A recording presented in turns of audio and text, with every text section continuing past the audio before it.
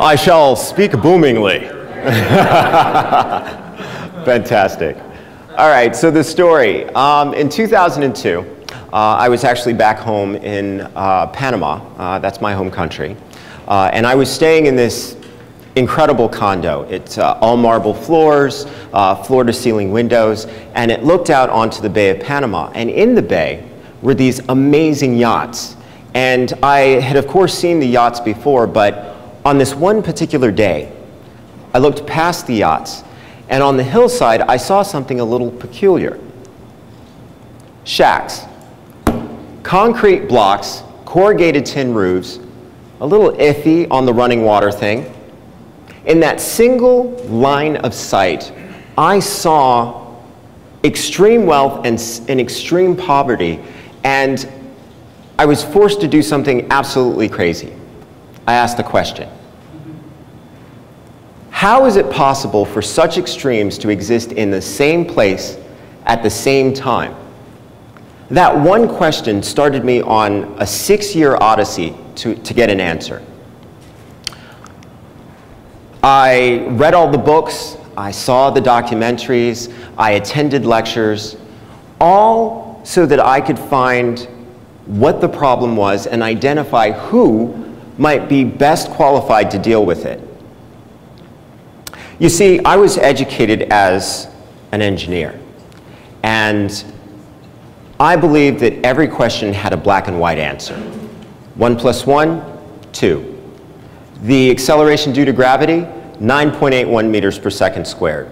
My favorite color, blue. After all of the time and all of the effort, all of the things that I learned, I was left with only one bigger question. When is somebody going to do something?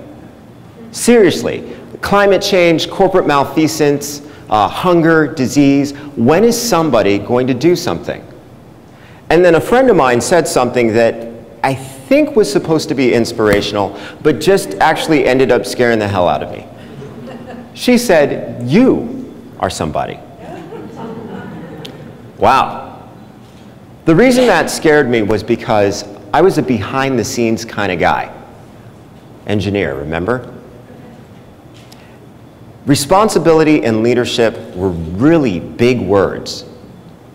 But I had put myself into a very compromising position. You see, I had become conscious and aware. And consciousness and awareness are two genies that absolutely do not like to be put back into the bottle. So, I decided to do something, but I was still a little scared of that responsibility.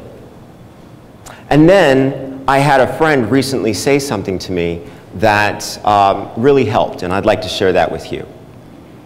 He said, responsibility is simply the ability to respond. Now, all of a sudden, the future didn't seem quite so ominous. It actually seemed rather hopeful. So here's how I responded. It's called the virtuous cycle. And with it, we actually end up solving all kinds of environmental, social, and economic problems.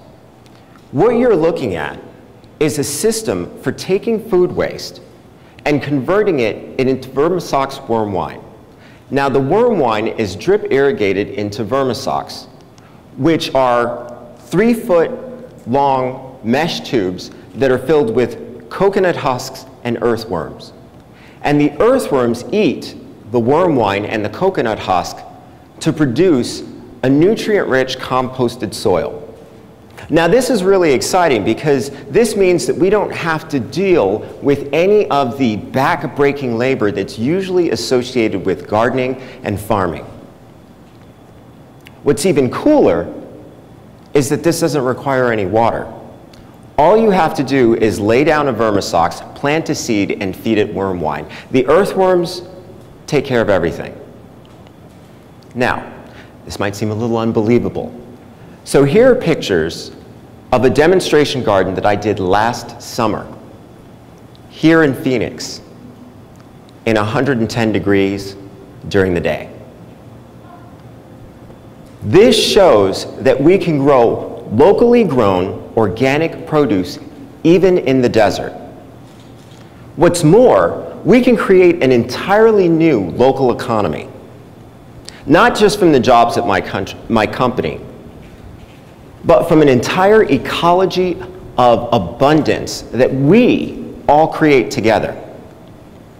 For example, there's a nonprofit here in town that will be using VermiSoks to grow specialty crop gardens in abandoned parking lots, tended by people who used to be homeless. Now here are folks that are going to develop useful skills, begin the process of emotionally healing, and become productive participants in our community. But the vision doesn't end there. With all of this organic growing, scalable organic growing that we can now do, I see a situation where different regions around the valley specialize in some specialty crop. Here in Scottsdale, it could be tomatoes. In South Phoenix, it could be greens. In the West Valley, it could be squashes. Now imagine a chef who wants to create a new kind of fusion restaurant based on Scottsdale tomatoes and South Phoenix greens, all with a Southwest flavor. Now, she's going to need to work with architect, an interior designer, and yes, even a banker, to create this amazing space for you to enjoy the meal. Now, while you're savoring these great dishes, you're going to be surrounded by these visually stunning paintings that have been painted by a local artist, and you're going to be serenaded by a local musician who has just written a song for you. This is a local economy that creates sustainable and fulfilling jobs that immediately and directly impacts each of us personally and our community as a whole. So in the time that I have left, I'd like to say this. No one person, no single organization, industry, government initiative, or country is going to solve our problems.